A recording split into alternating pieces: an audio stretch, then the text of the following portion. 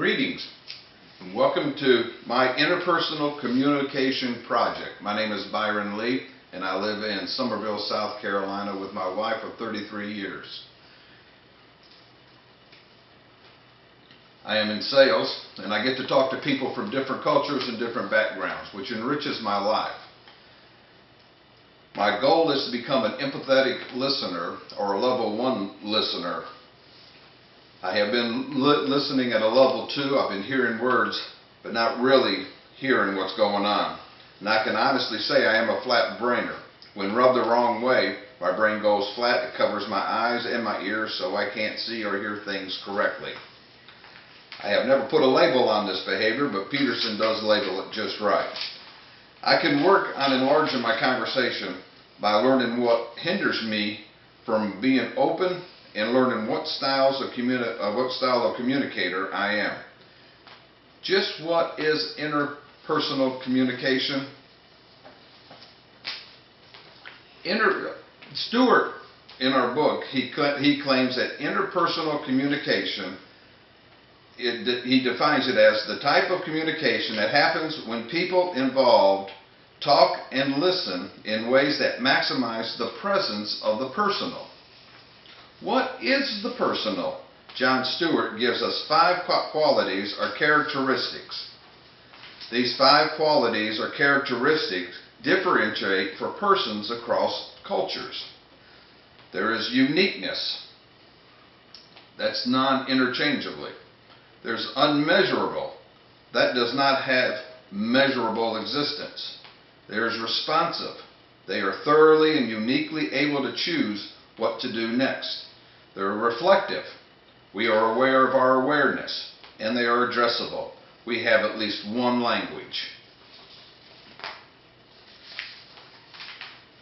Stewart further claims, when communicators give and receive or talk and listen in ways that emphasize their uniqueness, unmeasurability, responsiveness, reflectiveness, and addressability, then communication between them is interpersonal.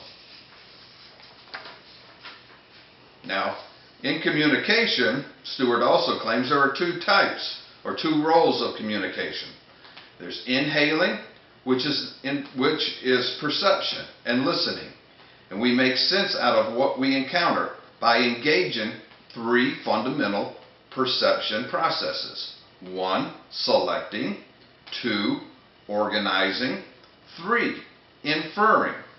He further goes on with exhaling. This is also referred to as openness. This is your willingness to share ideas, feelings, and reactions to the current situation. In openness with others, you must A, be aware of who you are, B, accept yourself, and C, take the risk of trusting the other person to accept you. Openness thus can be described as being dependent on self-awareness, self-acceptance, and trust. This is also known as self-disclosure. So what is my overarching goal in communication? The goal of communication is to become what is called a level 1 listener or an empathetic listener. The level 1 listener is empathetic. They will listen without judging the talker and are able to place themselves in the other person's position. There are 2 other levels of listeners that Burley Allen gives us, but these are not desirable. They are level 2, not really listening, and level 3, listening in spurts and turning in and out as the person speaks. In my Queendom Interpersonal Communication Skill Test, my personal interpersonal communication skills according to Queendom Communication Skill Test are: I am able to communicate clearly with others. I have an excellent listening skills. My potential strengths are: I have average communication skills. I am somewhat insightful. I am somewhat assertive when I talk to others, I am relatively comfortable in dealing with emotions. My limitations are, there are no limitations detected.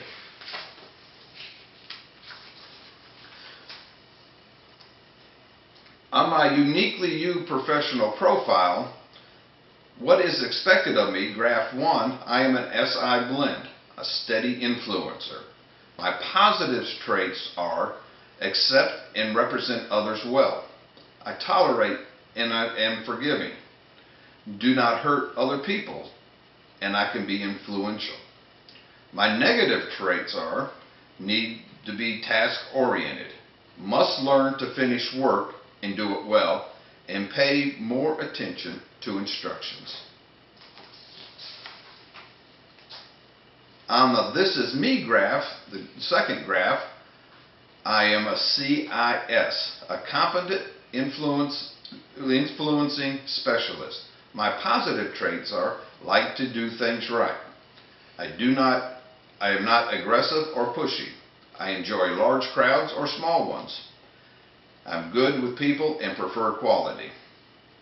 My negative traits are sensitive to what other people think, needs to be more determined and dominant, and poor at quick decisions. In defining barriers in my interpersonal communication, I chose one of the barriers as flat brain syndrome. This is where I can become agitated with people in a situation that rub me the wrong way. My brain flattens and covers my ears and my eyes so I cannot see or hear the conversation correctly. This was exhibited by both Catherine and Caleb in the movie Fireproof, when they would not take the time to really listen to each other and hear what each other was saying.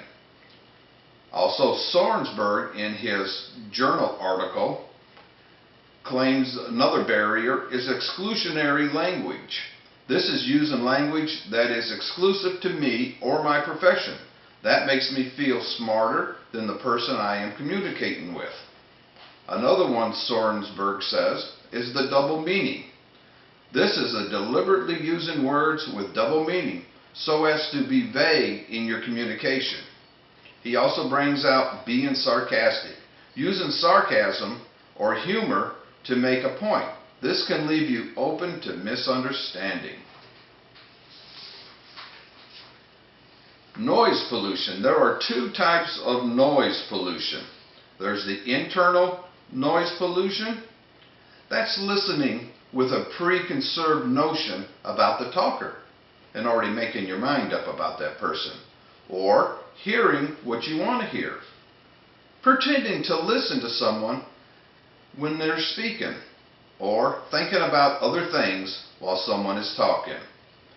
The external noise pollution is permitting distractions, multiple conversations at one time, or the radio or TV, activities in line of your vision that draws your attention, such as games, people passing by.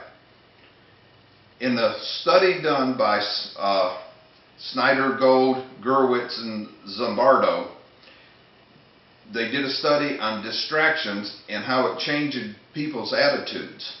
So it's important to alleviate the external distractions because it's been shown by their tests that it can change the listener's attitude.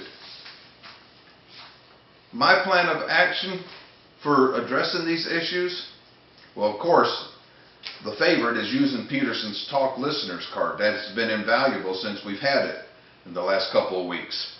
We have to avoid flat brain syndrome too. We need to stop reacting too quickly to what is being said and to listen to the whole conversation and not draw conclusions before the end. We need to stop assuming what is being said and listen to actually what is being said and become a more empathetic and enter into the other person's world at a level 1. This brings me to a poem that I read a long time ago, and I keep a copy of it in my Bible. It is by Mother Teresa. And communication is our relationship, and our relationship to people. People are often unreasonable, she said, illogical, self-centered, Forgive them anyways. If you are kind, people may accuse you of being selfish with ulterior motives. Be kind anyways. If you are successful, you will win some false friends. Succeed anyway. If you are honest and frank, people may cheat you. Be honest and frank anyways. When you spend your years building, someone can destroy it overnight. Build anyways. If you find serenity and happiness, they might be jealous.